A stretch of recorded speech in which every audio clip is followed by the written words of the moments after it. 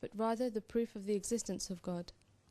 The Darwinian theory cannot be used to prove the absence of God, as it is simply a theory and not proven fact, which many scientists also disagree on. The Darwinian theory of evolution states that a camel has long legs, and the long neck developed over time to enable the camel to drink water. However, there is no evidence to prove that long-legged animals ever had short necks, indicating the great design and thought God put into his creations. God created everything for a reason, and when something is affected by its environment and fails to fulfill its purpose, it is destroyed. Hazrat Mirza Bashir Ahmad Razi Allah Ta'ala Anhu then deals with the advantages of belief in God, bringing about unity, dissuades from evil, encourages to do good, helps to understand the nature of things, and brings about true satisfaction and contentment. 7 main atheistic arguments are successfully refuted by very powerful arguments.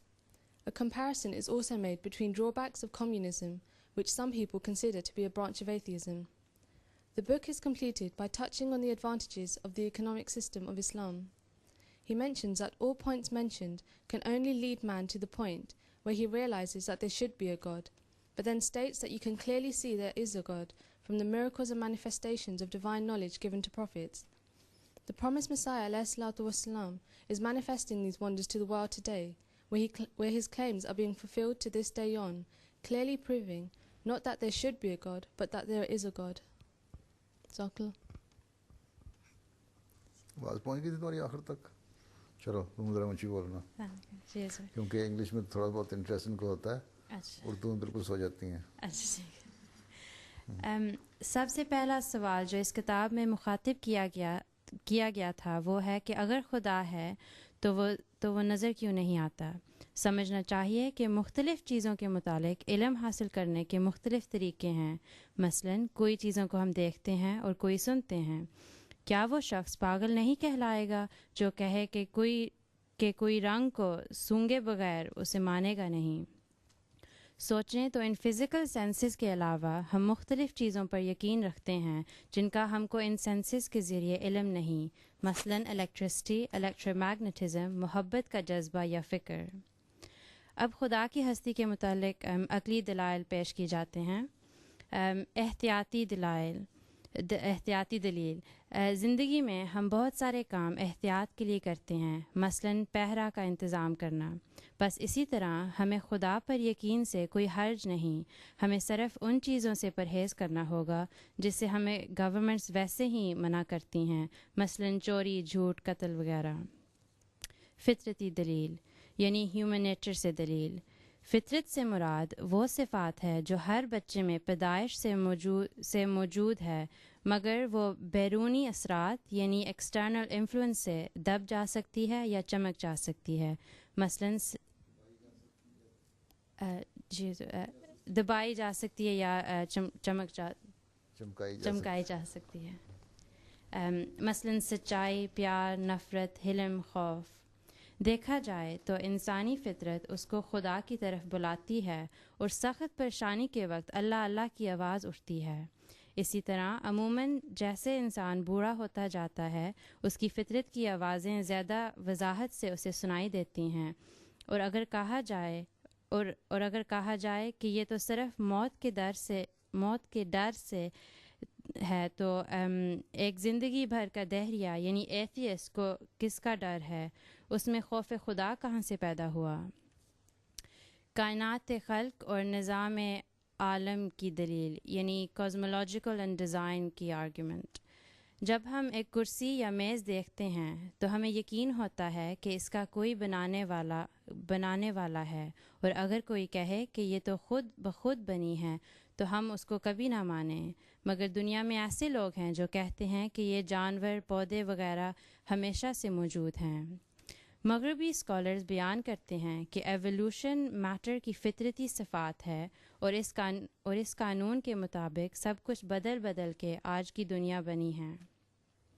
کہتے ہیں کہ دنیا ایک سادہ دنیا سے آہستہ آہستہ موجودہ کائنات کی حالات کہتے ہیں کہ دنیا نے ایک سادہ دنیا سے آہستہ آہستہ موجودہ کائنات کی حالت حاصل کی ہے. مگر ایوولوشن کی تھیوری کائنات کے شروع کے بارے میں کوئی روشنی نہیں ڈالتی، اور ذات باری تعالیٰ کے خلاف ہرگز دلیل نہیں۔ یہ پہلی سادی دنیا کہاں سے آئی، اور ہر چیز میں ایک خاص بدلنے کی خوبی موجود ہونے کی صفات سب خدا کی ہستی کی دلیلیں ہیں، جس نے مادہ یعنی میٹر کی ابتدائی حالت میں یہ طاقتیں عطا فرمائیں۔ نوجوان عموماً پوچھتے ہیں کہ اگر خدا تعالیٰ نے دنیا بنائی ہے تو خدا کو کس نے بنایا ہے؟ پہلے سمجھنا چاہیے کہ خدا سے مراد وہ ہستی ہے جو سب سے اول ہے، اور باقی سب کچھ اس کا مخلوق یعنی کریشن ہے۔ دراصل یہ سوال ہی غلط ہے، کیونکہ خدا کے متعلق ایسا سوال پیدا ہی نہیں ہو سکتا، کیونکہ خدائیت اور مخلوقیت یعنی کریشن ایک وجود میں جمع نہیں ہو سکتے۔ اگر خدا کو کریٹڈ سمجھا جائے تو پھر ضروری ہے کہ اس سے اوپر کوئی ہستی موجود ہے، مگر خدا تو اس ہستی کا نام ہے جو غیر مخلوق یعنی ان کریٹڈ ہے۔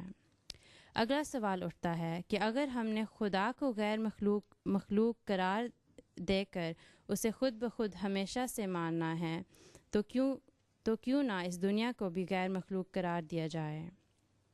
دنیا پہ اگر غور کیا جائے تو نظر آتا ہے کہ ہر ایک چیز کی اپنی اپنی حالت ہے، پانی کی الگ اور آگ کی الگ اور پتھر کی الگ۔ جس طرح اگر ایک پتھر کو ڈبے میں ڈالا جائے اور اگر وہ پانی کی طرح اس ڈبے کی حالت یعنی شیپ اختیار کرے تو اسے پتھر نہیں کہلا جا سکتا۔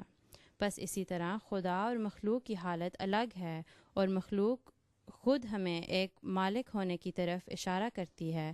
مثلاً دنیا بے شمار چیزوں کی جمع ہے، اور اس کے مقابلے میں خدا واحد ہے۔ دنیا میں ہر چیز بدل رہی ہے اور کوئی چیز اٹرنل نہیں ہے، بس یہ مالک کی طرف اشارہ کرتی ہے۔ اسی طرح دنیا کی ہر چیز اپنی طاقتوں اور ریسٹرکشن میں ہے، اور ان حدود اور ریسٹرکشنز بنانے والا خدا ہی ہے۔ اگلی نیکی اور بدی کی دلیل۔ نیکی اور بدی انسان کی فطرت میں پائی جاتی ہے۔ کہا جا سکتا ہے کہ یہ اخلاق ملک اور خاندان کی وجہ سے ہے، مگر ہر قوم میں ہمیشہ سے یہ اخلاق نظر آتے ہیں۔ مثلاً ہر قوم میں مردہ لوگوں کی عزت کی جاتی ہے۔ قبولیت عامہ کی دلیل یعنی کہ یونیورسل ایکسیپٹنس۔ دنیا میں کسی خیال کی عالمگیری مقبولیت جو ہر زمانے میں قائم رہی ہو اس بات کا ثبوت ہے کہ وہ خیال حق ہے۔ سائنس میں اسے سروائیول آف دا فٹسٹ کہا جاتا ہے۔ دنیا میں ہمیشہ ایسے لوگ موجود تھے جو خدا پر یقین نہیں رکھتے تھے، مگر کوئی قوم یا ملک نے ایتھیزم یعنی دہریت کا عقیدہ نہیں قائم کیا۔ غلبہ رسول کی دلیل۔ دنیا کی تاریخ میں صاف نظر آتا ہے کہ جب بھی خدا پر ایمان لانے والوں اور خدا کا انکار کرنے والوں کا مقابلہ ہوا، ایمان لانے والوں کا غلبہ ہوا، جس سے پتہ لگتا ہے کہ ایمان لانے والوں کی نصرت میں کوئی غیبی ہاتھ کام کرتا ہے۔